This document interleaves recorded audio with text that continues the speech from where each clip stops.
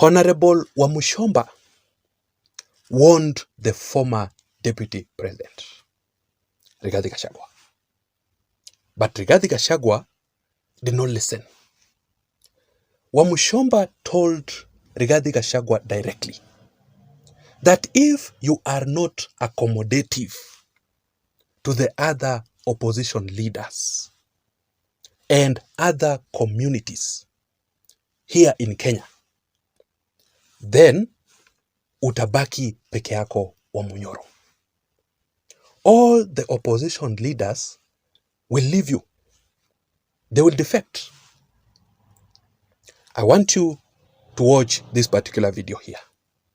In as much as we advocate for our mountain issues, we also have to be sensitive to other people. Do you think Rigathi agrees with you on this? No, Rigathi needs to realize he actually needs to be seen to be more accommodative to other communities. If really he's a national leader, we need to see Rigathi Gachagua use the same energy and stamina to fight for other Kenyans other than just the people of the mountain. That's my take.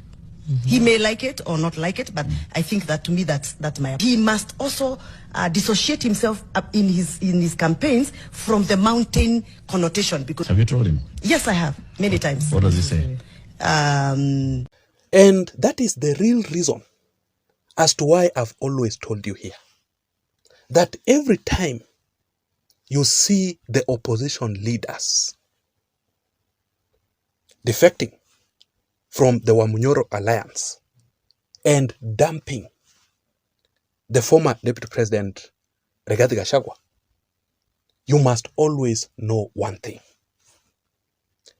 that the problem is not with the leaders who are dumping Rigathi Gachagua. The problem is always Rigathi Gachagua himself, because the former DP Rigathi Gachagua has one political weakness. And I wish Rigathi Gachagua would listen to me. Rigathi Gachagua's political weakness is that he does not know how to keep political friends. But instead, Rigathi Gachagua continues to create more and more political enemies. Currently, as we speak, Rigathi Gachagua is in a very, very bitter political fallout with the Wiper Party leader, Kalonzo Musyoka, over the IEBC. And you saw Rigathi Gachagua and Kalonzo Musyoka disagreed publicly over the matters to do with the IEBC.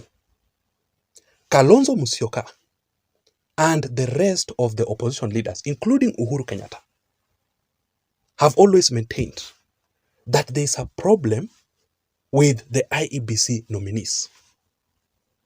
And there is a possibility that Ruto is on a mission to rig the election through the IEBC nominees.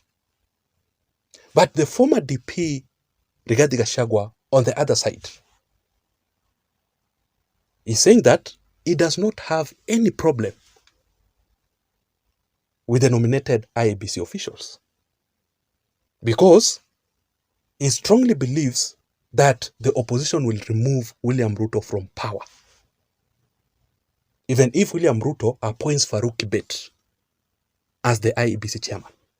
Even if William Ruto becomes the IEBC chairman himself, lazima atakuwa one term. Mambo ya IEBC msijali. The Supreme Court 2013 ruled that the polling station result is final. Hiyo ndio ya maana. Wale watu wako pale IEBC kazi yao ni makarani ya tallying, kufanya addition na calculator. Mlipiga ngapi inaunganishwa. So there is no problem. What is important ni Wakenya wajiandikishe. Now, between Kalonzo and Rigathi, who should you trust? Because Kalonzo Musyoka has been there before. With Raila Odinga, wamekuwa complain kura zinaibiwa. for 3 times Kalonzo being with Raila. So you can see the divisions currently in the opposition, caused by who? The former DP, Rigathi Gachagua. And that is why when Rigathi Gachagua was launching his new political party a few days ago, the DCP, Democracy for Citizens Party,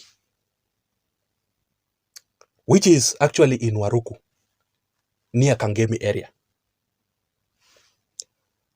all the opposition leaders boycotted that event. Even Kalonzo Musyoka himself did not attend. That is a very, very clear indication that signals Rigathi Gachagua is on his own.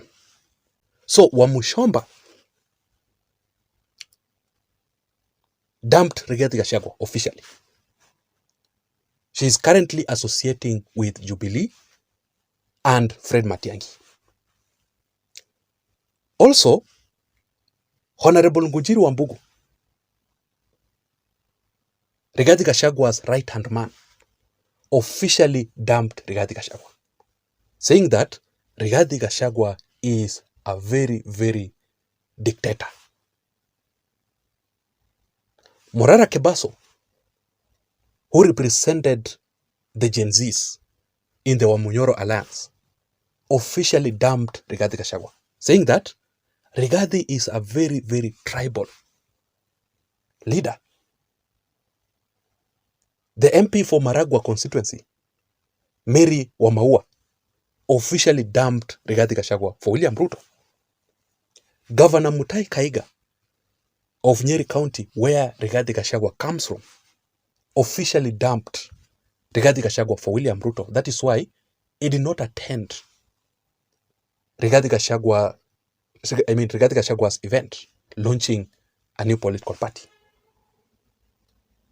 Then we have Jimmy Wanjigi has officially dumped Rigathi Gachagua. And we are going to talk about that issue. I'll play for you the video in this analysis. All these leaders that I've just mentioned, they are saying one thing.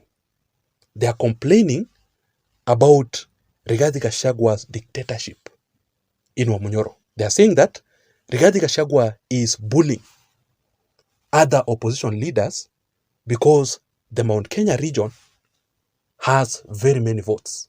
Therefore, all the opposition leaders must listen to him. He is the decision maker. You saw what Rigathi Gachagua told Matiang'i recently, that there is no way Matiang'i can be the flag bearer of the opposition side because the region, the community where Matiang'i comes from, the Gusii region, has only 2.5 million votes. That cannot make Matiang'i to be the president. So he has already ruled out the possibility of Matiang'i being the flag bearer. Yet Matiang'i wants to be the president. So you can see the divisions in the opposition. This is the information from the Daily Nation newspaper. It says very well that blow to Rigathi Gachagua as all the Mount Kenya region allies abandon him. That is why in the entire Mount Kenya region, Rigathi Gachagua is only supported by 6 leaders. 6, including MPs, governors, senators, all those. Only 6. Sometimes I really doubt Rigathi Gachagua's popularity in the mountain, because if Rigathi Gachagua was really popular in the mountain, saizi all the leaders in the Mount Kenya region wangekuwa wamejoin his new political party. But up to date, there is no leader in the entire Mount Kenya region who wants to associate or to join Rigathi Gachagua's political party. Why? That is a question mark. This information proceeds to say that former Deputy President Rigathi Gachagua appears to be facing defections by his Mount Kenya allies with that of his right-hand man, Mr. Ngujiru Wambugu, being the latest blow to his political game plan. So let us wait and see Rigathi Gachagua's political game plan. But until Rigathi Gachagua changes and willing to create more political friends than enemies, Rigathi is going down. That is the truth. But this is exactly what happened recently in Wamunyoro between Rigathi and Jimmy Wanjigi. And by the way, if you are listening to me up to this point and you haven't subscribed, please take a second and subscribe now for you to receive the latest political updates from this channel and also the best political analysis. My name is Jason and you are listening to Jason Vibes Radio, political channel. So a few weeks ago, Jimmy Wanjigi officially joined Rigathi Gachagua, the Wamunyoro Alliance. And I want you to have a look at this particular photo here. You can see Jimmy Wanjigi in a meeting with Rigathi Gachagua and other opposition leaders. Akina Martha Karua, akina Eugene Wamalwa, Kalonzo Musyoka, Morara Kebaso, na wengine. Jimmy Wanjigi officially joined Wamunyoro because of three things. Number one, it is because Jimmy Wanjigi and Rigathi Gachagua have a common political agenda. That political agenda is to remove William Ruto from power in the 2027 elections.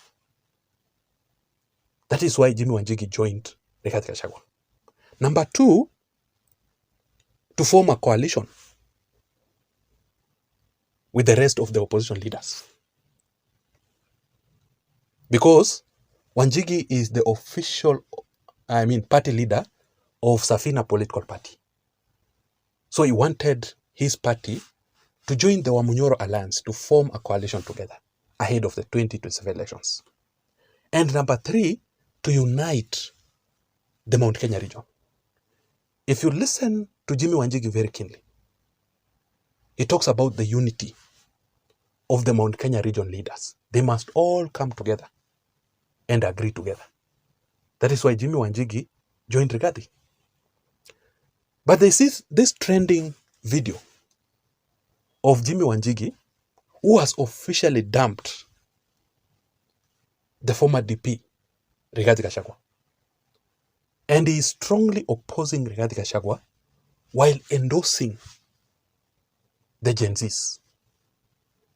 He is supporting the Gen Zs. Just watch this video here of Jimmy Wanjigi. Mimi nataka kuuliza nyinyi. Because this is the only thing I'm going to ask in siasa here. Vile mimi naona kuna kampu mbili ina form. Kweli ama si kweli? Kuna kampu moja ambao walikuwa presidential candidates in 2022 wako upande huu. Kweli ama si kweli? Kweli. Na hawa ni kama wanataka continuity ya Zakayo. Correct? Kweli. Sirala and Ruto walikuwa candidates in 2022. Today they are together. Yes. They are presidential candidates. Yes. Ile ingine imeform camp ya ma-deputies ya hawa. Yes. No, yes or no? Yes.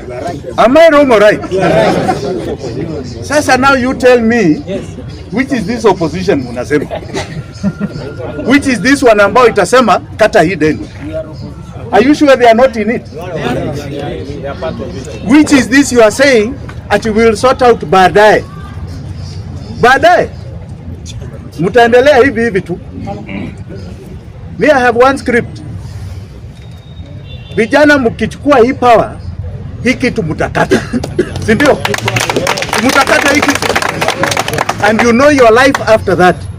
Kwa sababu you will not even need serikali. Hizi mabanks itakuwa na pesa. Itakopesha nyinyi at 3%. unachukua milioni moja unalipa interest ya 30,000 shillings bila security per year. Niambie kama hiyo ni freedom ama si freedom? The ultimate freedom ni hii kwa mfuko. Okay? Ultimate freedom ni pesa kwa mfuko.